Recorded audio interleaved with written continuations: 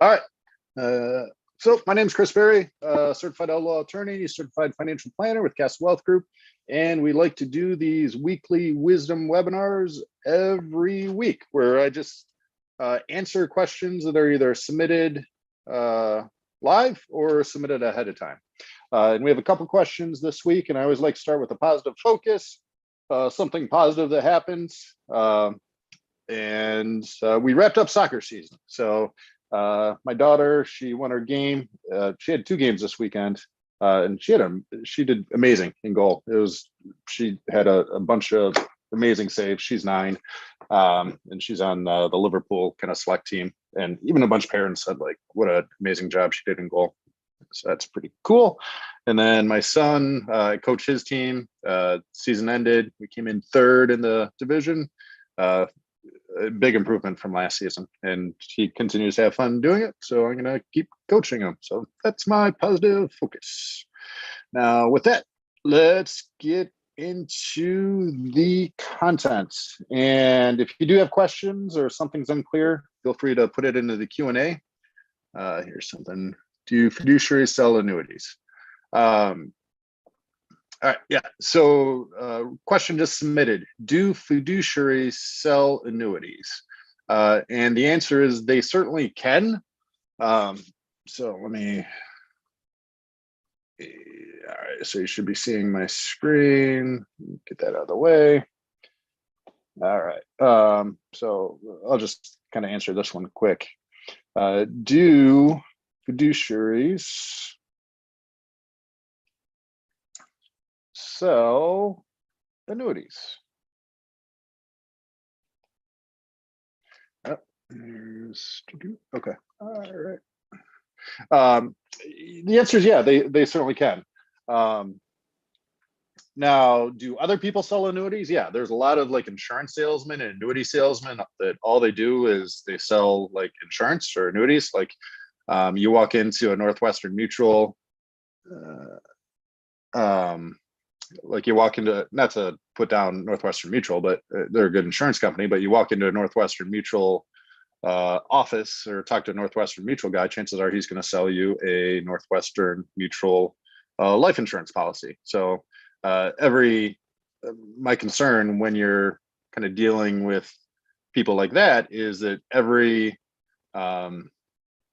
if your only tool is like a hammer, everything looks like a nail. So there's a very low barrier to be able to sell insurance products. Like you have to take a 3-hour exam, and it's like, if you can fog a mirror, you could probably pass the exam to be able to sell insurance. So there's a ton of people that are not fiduciaries that sell annuities and life insurance. And I'm not saying they're bad people, but that would be something that I would ask. And so I'm a certified financial planner and a certified outlaw attorney. Like I owe my clients attorney-client privilege. Like I can't get around that. I have to always act in my client's best interest. I can't just take off my attorney hat and then sell you some crappy insurance product. And so I have to act in my client's best interest versus most insurance people. If all they have is an insurance license, all they have to do is sell you something that's suitable for you. And I liken the difference of like walking into a butcher shop. Just like walking into an insurance guys, even and they can hold themselves out as financial professionals or financial advisors, which is kind of crazy to me too. In fact, in my town in Brighton, there's a big firm, and it's just ran by a guy. All he can do is sell insurance. Like he has other people that handle the investment stuff, but he's just an insurance salesman at the end of the day. And so everyone that walks in, you're walking out with some type of insurance product. It's just the way it works. So if you're talking to someone about like financial planning and that type of thing, I'd recommend you, A, that they're a fiduciary at the very least, and then B, you work with a certified financial planner, CFP. So to answer your question, yes, fiduciaries can sell annuities, but the big thing is it has to be in your best interest versus just an insurance salesman. It has to be suitable for you. And there's a big difference there. Like insurance salesmen, it's like walking into a butcher shop. They're going to sell you a piece of meat that's not rancid, versus my role as a fiduciary and a certified financial planner and an elder law attorney is I might say, hey, don't walk into the butcher shop, don't get meat, go have a salad. So That's the big difference. And give me just a second. I gotta plug in my computer here.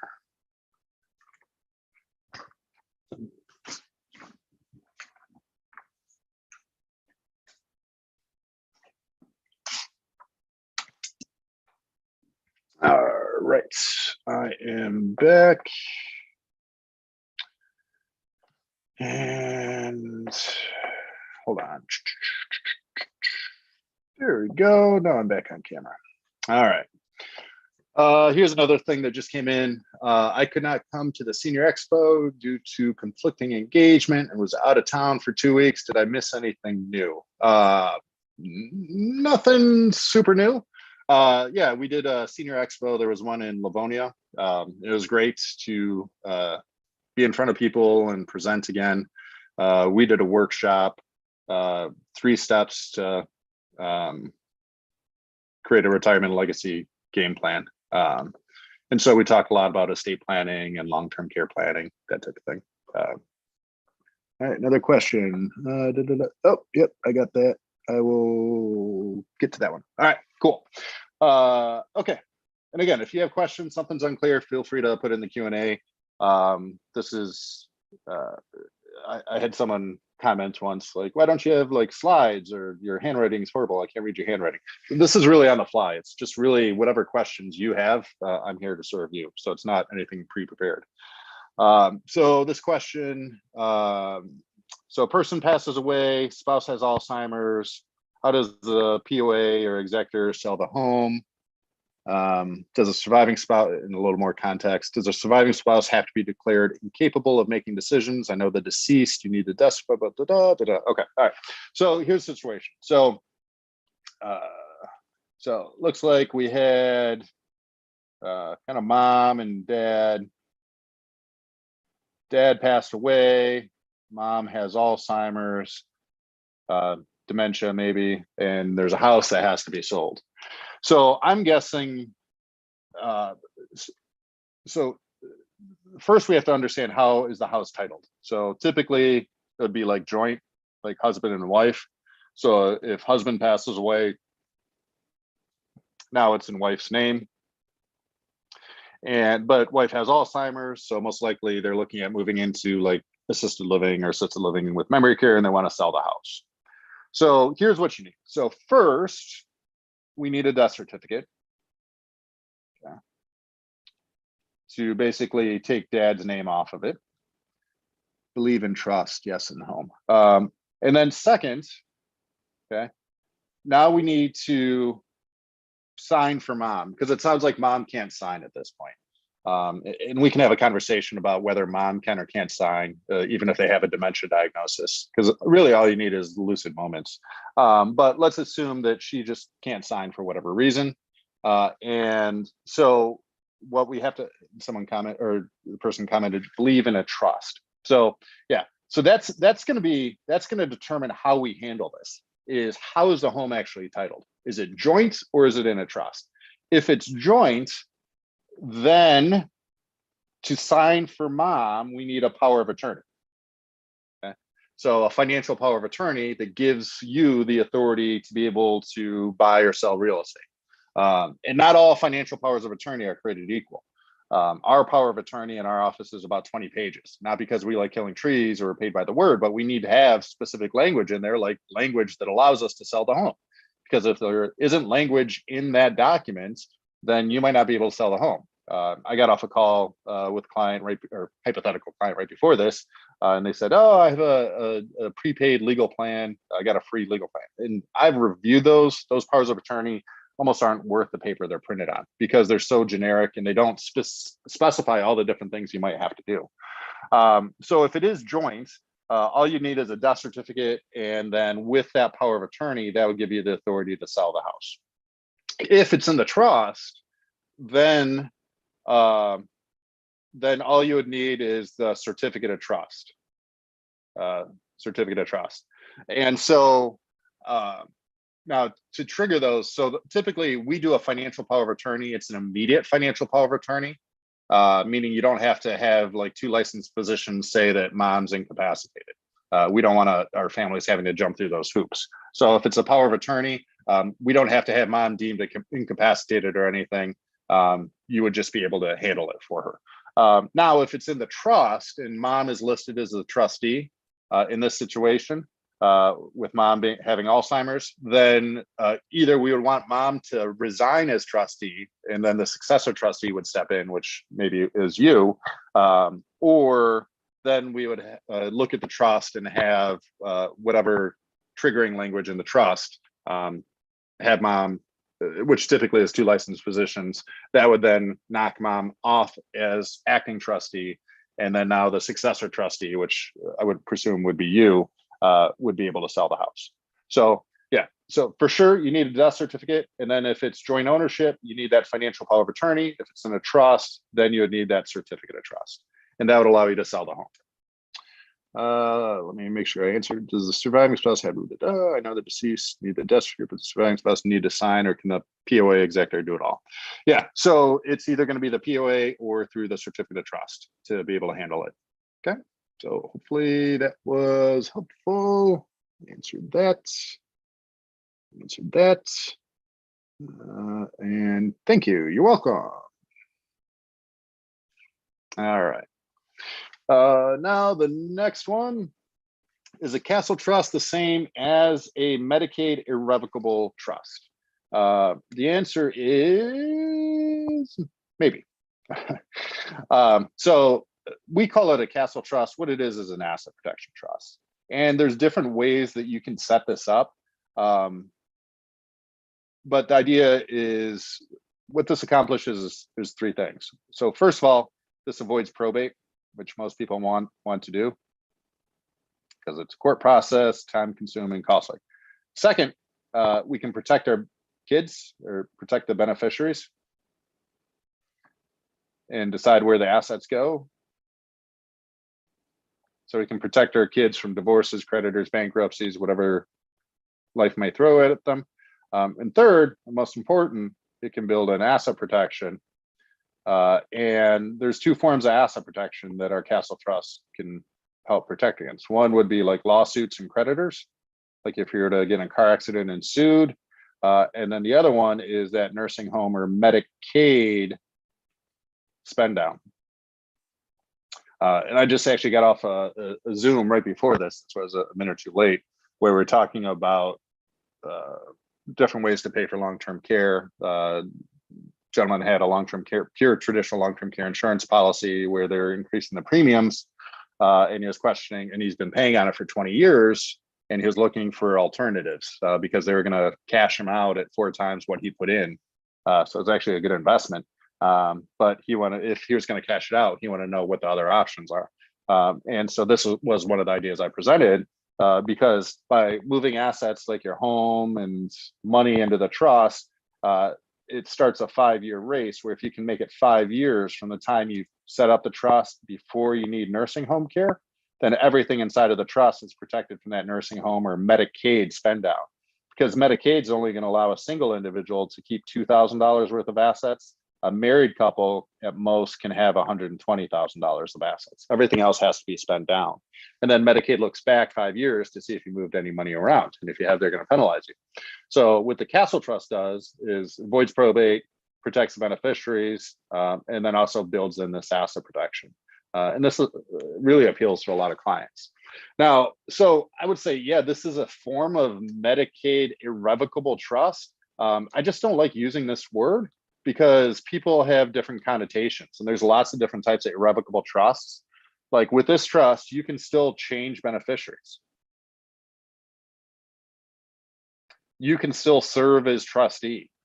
You can sell, like you could sell your house and downsize and move into a condo if you want to.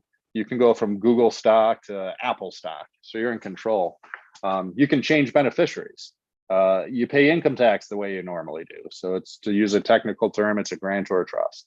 So basically, in almost every respect, it's like a revocable trust, but it just builds in the asset protection. So yeah, I guess you could term the Castle Trust as a form of Medicaid irrevocable trust, because it protects against Medicaid nursing home spend down, but you can make changes to it. So I don't like the term irrevocable, because you can still make changes to it. You're still the trustee. You're still in charge. You can take assets out of the trust if you wanted to. So yeah, that's why we call it a castle trust. Are you the only one lawyer does a castle trust? The answer is no. But what I did is I put a good name to this type of trust, because like the technical legal names that we use, like, doesn't make sense to a lot of people.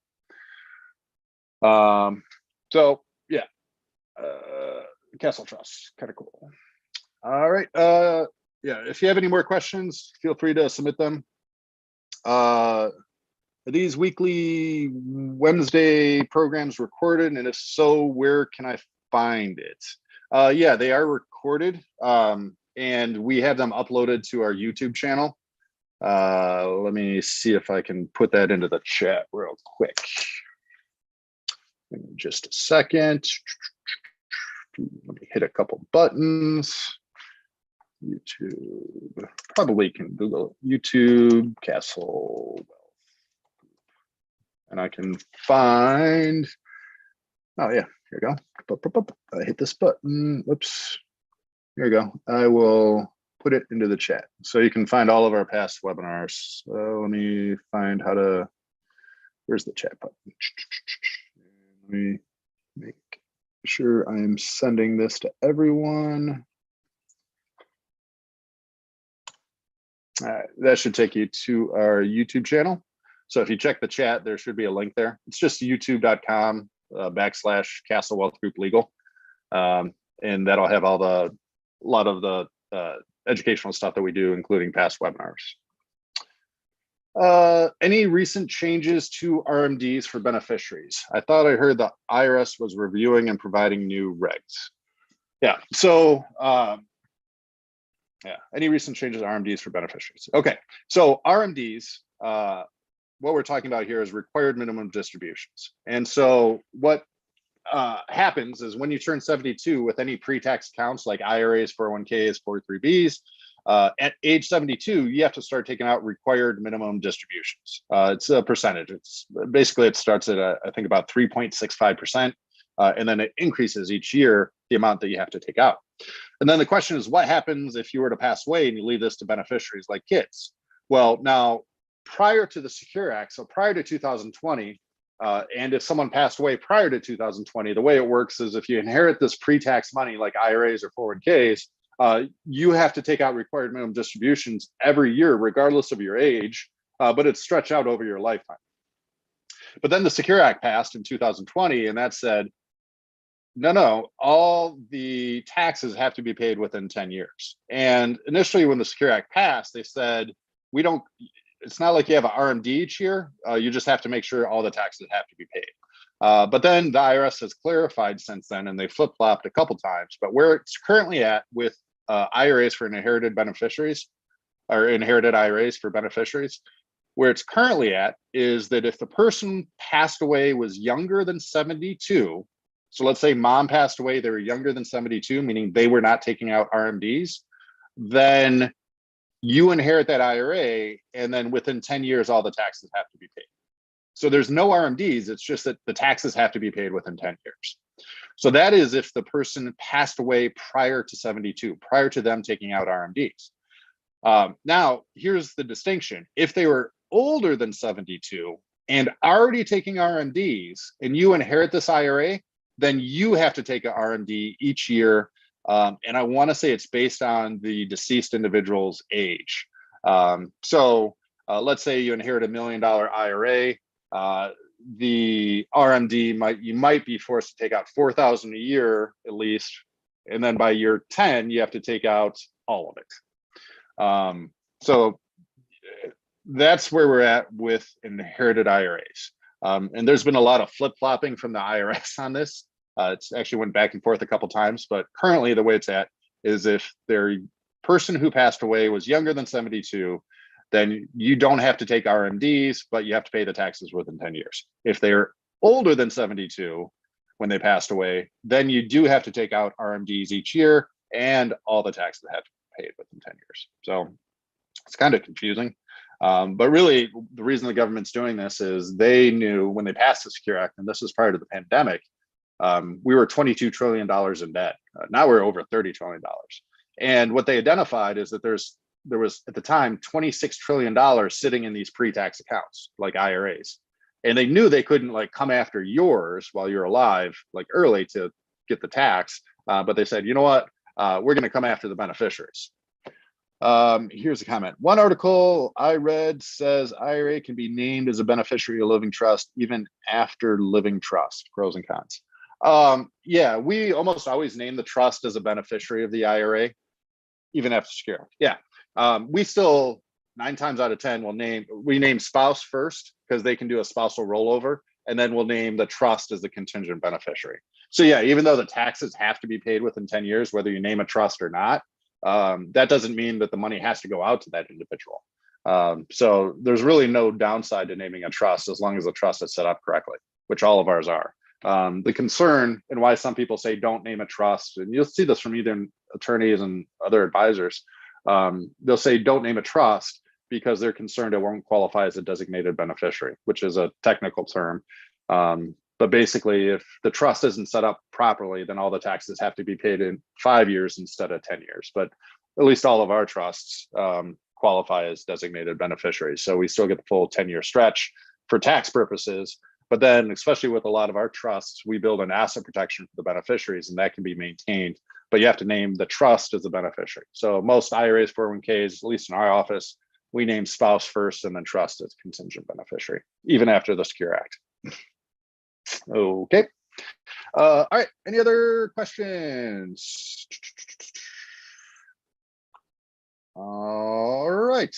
Going once, going twice, sold. All right. Well, thanks so much. Make it a great week.